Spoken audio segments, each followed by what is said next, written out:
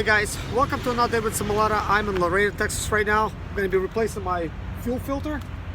Hey, how you doing, man? It's actually quite chilly over here today, about 40 degrees outside. I was really hoping for some warmer weather, but it's just too bad I don't have my mechanic suit. I'm going to have to use my normal type of jacket. It's not a very expensive jacket, something out of Walmart, but it kind of looks like it's Swiss. It's got these crosses on it, but this is more like a warm style jacket. I have the same kind of pants to go with it. But anyways, guys, I've been experiencing a lot of different problems with my Sprinter, including power steering fluid. It needs to be flushed because my steering wheel is actually getting stuck while I'm driving. So as I'm going down the road, I could feel like I could barely move to the left or the right. And then I would come to like a stop and I need to actually make a kind of like a right turn, and I'm twisting it like bull's horns, you know. It feels like no power steering fluid inside, and it almost feels like it's mechanically broken. That's the way it actually feels. If I didn't know any better, I would think the system's broken, but since I have experience and I would experience this before, all it takes is pretty much a power steering flush. I will attempt to try to get it done today. If I can't get it done today, it's fine. But the main thing that I want to get done right now, I need to change the fuel filter. That is like the main thing, because currently it's leaking. Let me see if it's not really leaking right now. So in temperatures of about 40 degrees, I cannot actually see it leak. But if I get somewhere to like Michigan and stuff where it's kind of cold, it definitely starts leaking at the seal. So I need to go ahead and change that. Then also I need to change the brakes. I went ahead and bought these parts while I was in Michigan, and you guys already seen that video probably, unless I changed the position of the videos be uploaded and stuff. But definitely the brakes, the front brakes need to be changed. Fuel filter needs to be replaced, or the seals need to be replaced. But I went ahead and bought a whole new fuel filter. I'm kind of leaning towards just replacing the seals, and you know, because it's fine. My fuel filter's fine. My van is economical, so I'm just gonna probably just go ahead and install the seals. That's it, and reinstall it. So that's going to be pretty much a quick little thing. The brakes, it all depends, because I haven't done the front brakes on this one, so I'm not sure if the bolts are going to be stuck at all or not. And of course the power steering fluid needs to be flushed. But guys, there's another problem that occurred on the way over here. My windshield wipers, as you can see, like this one, look at this, guys. It's not supposed to be like that. You see? It gets kind of like all bent out of shape over here, kind of like loose and stuff, and then it starts basically breaking and stuff, and then it's gonna be kind of like flimsy and probably cause my windshield washer wiper arm to just break clean off. So that is something I cannot do right now. If any of the windshield wiper arms break, I have 2 spares with me. But I do have a parts Sprinter, so I'm gonna remove that whole system and just go ahead and replace it from that one, and I'm gonna have some windshield wipers, which is gonna be good. But yeah, so I'm gonna go ahead and begin, and I hope you guys like this little video.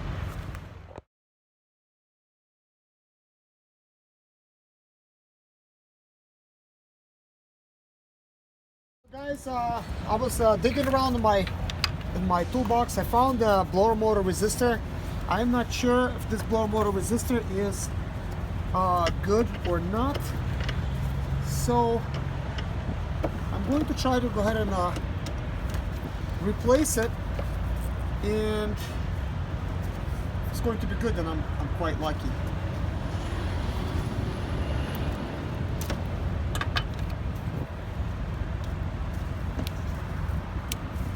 So let's go ahead and stick it in here.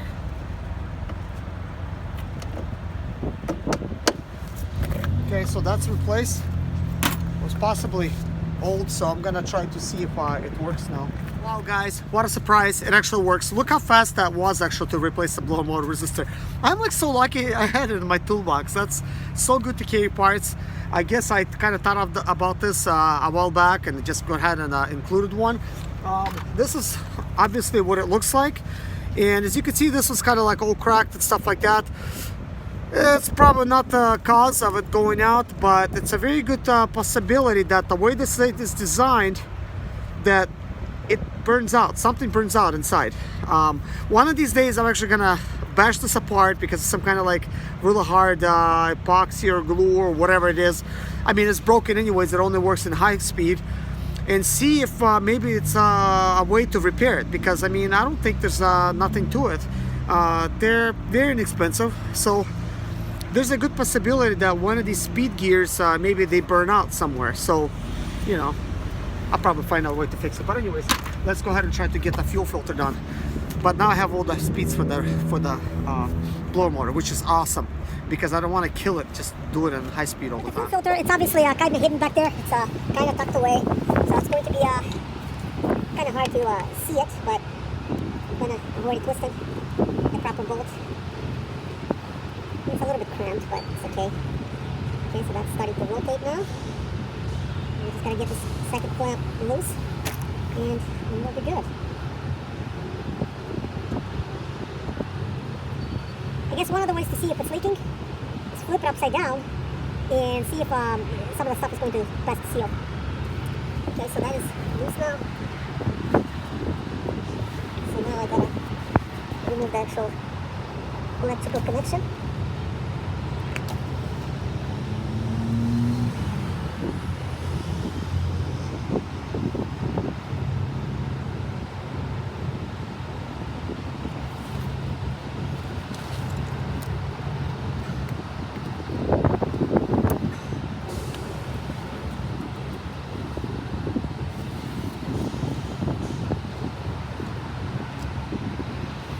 Hard to remove it. I'm going to try to see if I can use some pliers.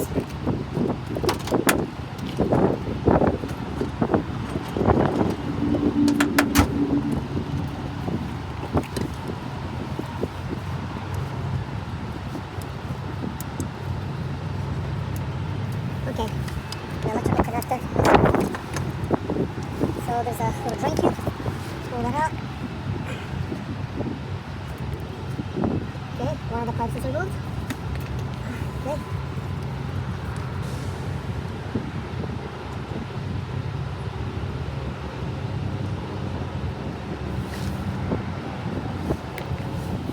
Alright, so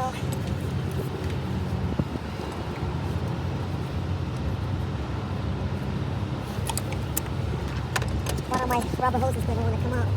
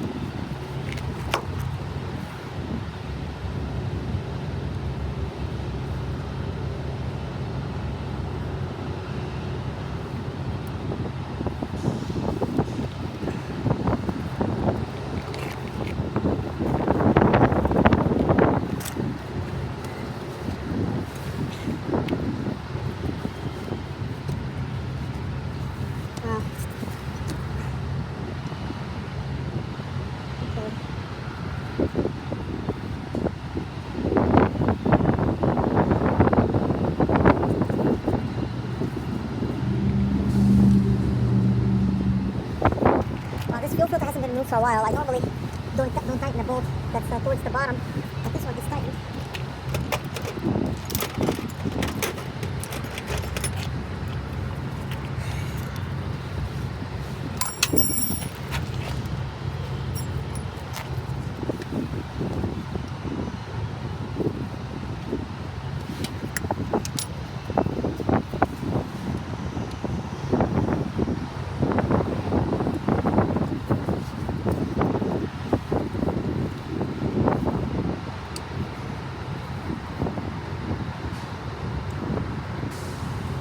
I am trying to remove the bolt that's holding the actual fuel filter in place.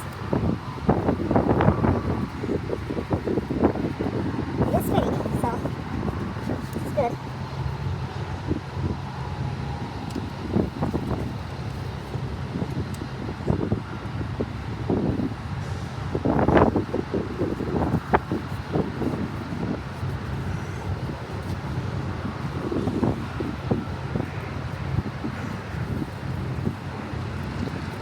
Okay.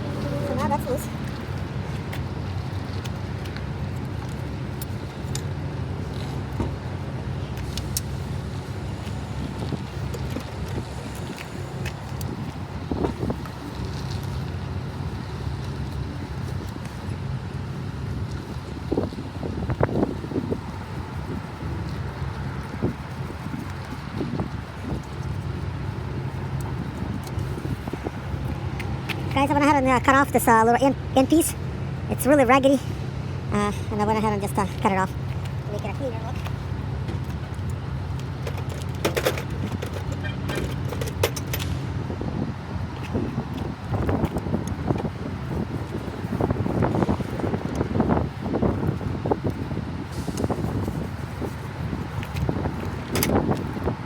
We're up to the next process. We need to remove a couple of bolts here. They're 8mm. Hey guys, replacing the fuel filter was kind of like a fail because the plastic parts, they break off. Let me show you what I'm talking about. Basically, it's these little plastic pieces. As you can see, they're very small, they're kind of brittle. And that's the only thing that you really have that you could twist, you know, to get it out of the fuel filter. So I do recommend actually having one like this with you as a spare, because next time you go try to remove your fuel filter, at least you'll have this piece. I end up breaking one of these things off, and then I don't take a chance on removing it because it is still very tight in there.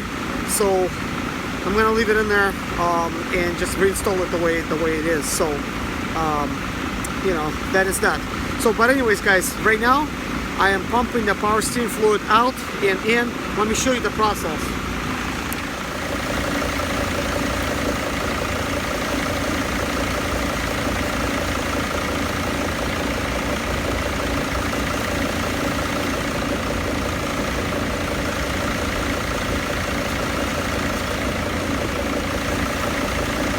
So basically I take a gallon like this and a turkey baster, and I'm putting all my dirty oil in there from the power steering pump.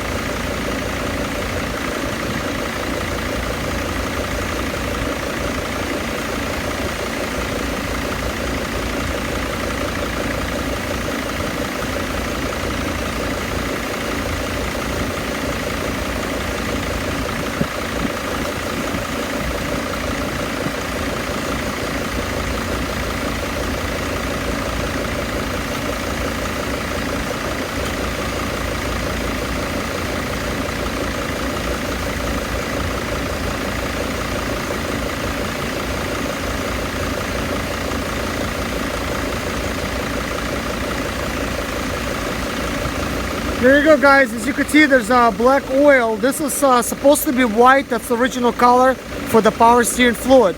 So now the step is go ahead and pour some fresh fluid in there, and then we're gonna do the steering.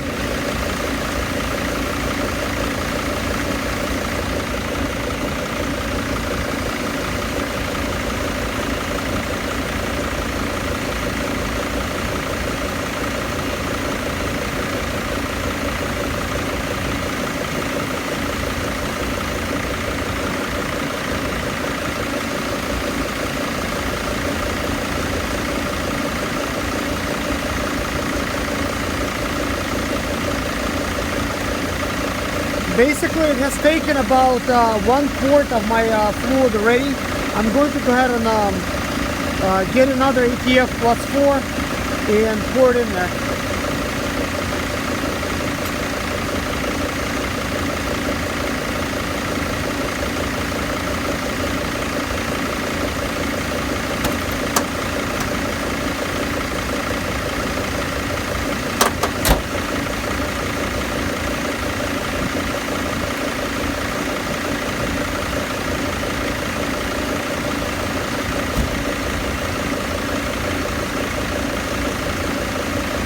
this is the power steering fluid that I'm using. As you can see, it's automatic transmission fluid for the ATF Plus 4.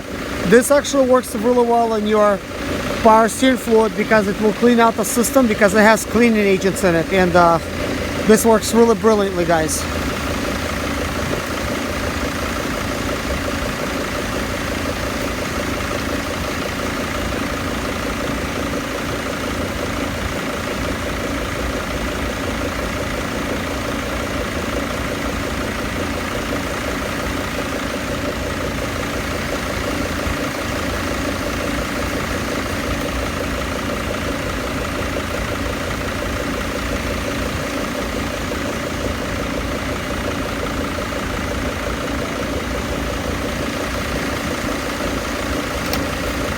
Okay, let's go to the next. You must twist your steering wheel 10 times. 10 times to the left. So 1, I'm going to go ahead and do count 2, and they're going to count to 20. 3, 4, 5, 6, 7, 8, 9, 10, 11, 12, 13, 14, 15, 16, 17,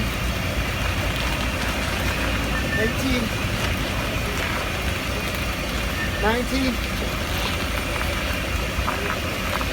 20. So now we're gonna go back and start pumping out more of the fluid out. So let's keep it going.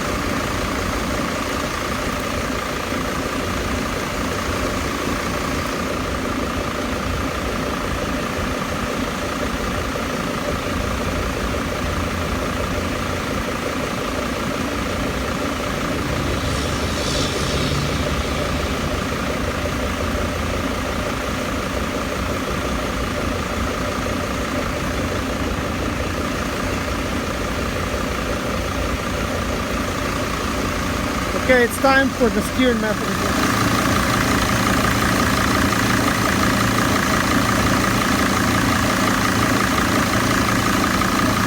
As you can see, guys, right now there's no noticeable leaks coming from the fuel filter, and this is what I was actually cleaning out. This is the hydraulic power steering fluid. Power steering fluid that goes here. So that's actually really important to make sure that things actually cool there. So that's what it is, guys. Pretty much it's totally dark now.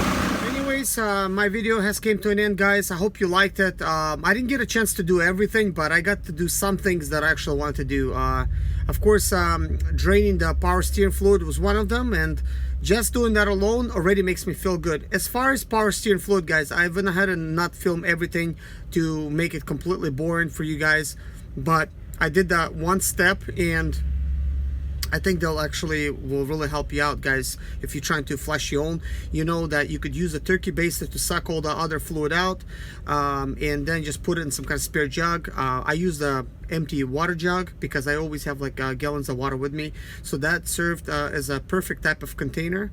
And I've used 2 quarts of ATF fluid, so I actually completely 2 of them. I made them empty, and then I sucked everything out, and then I used a separate ATF type of bottle, and I filled it up, you know, completely, you know, to where it's going to be full. So I know I flushed out 2 quarts of you know, power steering fluid. I'm not really sure how many you know, like how big is the power steering you know, like tank is. If you guys know it for 2006 model, let me know. But it felt to me that flushing it with about 2 quarts was enough. Of course, the oil was still very dark. The ideal scenario is to do it up until the oil becomes pink. So you keep mixing it, keep mixing it, keep mixing it until it just becomes, you know, like pink or, you know, like reddish color, and you know, you're gonna be fine. I'm doing it also like with the engine being on instead of off, because that power steer pump, it's always spinning, it is on, so it's constantly circulating those fluids. And then plus I twist my steering wheel to the left and to the right so that I could, you know, get it sucked in, you know, to appropriate places where it needs to go, so it completely cleans out the system. This is why I do the steering type of portion. It really helps to get the power steering, you know, like fluid pumped all over the place. And I do prefer using you know, transmission fluid instead of like power steering fluid. The power steering fluid is normally clear looking, it's kind of, you know, but the transmission fluid, it is the same viscosity and that type of stuff, and it's completely normal to try to use it. Truckers have been using that for like a long time, like you know, using transmission fluid instead of the power steering fluid. Plus it's widely available, and like I just picked it off pretty much off the shelf. You don't have to get some kind of special brand, but I do choose the ATF brand just to kind of keep in line with the transmission and, you know, like you know, the workings of the Mercedes. So yeah, but I didn't get the most expensive brand because I think that's just completely pointless. So that has got pumped out. I did replace the resistor. I was quite lucky that the resistor that I did have, the spare one, was actually working. So that is good to actually have one, because normally I keep a spare resistor, but I kind of forgot, I guess, where I placed it, but I just put it in my toolbox. So when I started taking my tools out, there it was. I wanted to do brakes as well, guys, today, but I guess it's already too much. I can't really do the brakes. I am disappointed about the fuel filter. There's really nothing I could do right now because I don't have that replacement piece, and I have this is already the 2nd time I break one, like those little tips, because they're impossible to twist. So I usually don't recommend replace it on the road unless you have to. But you know, breaking it like that, you know, now there's really like nothing to really hold it, because one of the ends broke off completely, another one, you know, like cracked, and it's still on, but it's, you know, but it's on there so hard, guys, that I don't think it's gonna go anywhere. And I guess the solution would be if you completely break it off and you have like nowhere else to pretty much go. Here's what I would do, guys. I mean, if you think about it, this is a fuel filter, you end up throwing it away, and since you did break that part, you will be throwing it away anyways. So then might as well get some kind of strong glue. It could be epoxy or anything, and just glue it down completely, like around it. So then it means you're not going to be getting any more leakage going on, and it will hold. But I guess before you glue it, you will need to clean it up really good so that it will stick. So then next time you go to replace it, just pop another brand new fuel filter on there with a brand new type of sensor and everything that really goes in there. So, but I replaced mine the way it was, because I just thought, look, what's the point of pulling it out and then it's going to be completely loose. I mean, right now it's on there really tight, so you know, chances are that it might not be leaking anymore, but I really doubt it. I think it's going to start leaking again. During the cold weather, the rings, they shrink, and right now it's like 40 degrees outside. It is kind of cold for some reason. There's some kind of wind chill, so you know, like, but it's not enough, I guess, for it to start leaking. Even before starting to like service it, it wasn't leaking. So it only leaks during, you know, like the extreme cold conditions. So it is really hard to spot it sometimes, you know, like any kind of these like fuel leaks and stuff, even if you're like observing your vehicle all the time. This is why it's important to always check, you know, like in different type of temperatures, because when it's really cold outside, this is when things happen to go wrong. You know, it's unfortunate, but that's just the way it is. It's just, you know, like parts break during the cold weather. But we don't have, I guess, that much, I guess, cold weather left, you know, like out of February. But you know, pretty soon it's going to be, you know, we're going to be back in March pretty soon, and it should be good. And you know, we're going to be out of this winter type of situation, and then we're going to be worried about the opposite thing, where it's going to be hot, it's hard to sleep in a van, you know, that kind of thing. But that's besides the point. But anyways, guys, like tomorrow morning I have to deliver my load, and basically I'm going to go ahead and put myself available right away, and hopefully I could get something. And if I do have time for delivery, I guess I'll have to make a judgment call. If it is going to be like somewhere in Michigan that I have to go there, then I might just see if I have time and go ahead and do my brakes then. Hopefully it's going to be warmer, and you know, like during the daytime, because it's not difficult to replace your front brakes. And I guess I could have done it at night, but I really don't feel like it right now. It's kind of cold for me, and there's really no light and stuff. So I mean, I could use like a standard lamp pole, but I guess it's not like an immediate type of thing that I have to get done. So that's okay. But anyways, guys, I will try to get the stuff done pretty soon, and I'll make another video me doing it. But I guess one of the things I have to do is stop by a Mercedes store or even parts store, and just to see if they even have that part that goes inside of the fuel filter. Chances are they don't, and most likely, even if it's a dealer, you have to get it ordered. So my advice is just keep one in your van. Just order one and just keep one in your van, because you know, next time you go replace it, at least you don't have to be fiddling with it. You could just stick another one on there and boom, pop it in there and just keep going, which would be the very ideal type of situation, you know. But anyways, guys, thank you so much for watching. God bless you. Take care of yourself, and if you have any trouble, let me know. While driving, of course, I am always driving, so I can't text while driving, so I will respond a little bit later than I normally do. But don't worry, guys, I didn't forget about you. I will be responding as soon as I can. Then I'll have to respond to everybody at once. But anyways, guys, take care of yourself. God bless you, and please subscribe if you're not a subscriber already. So take care.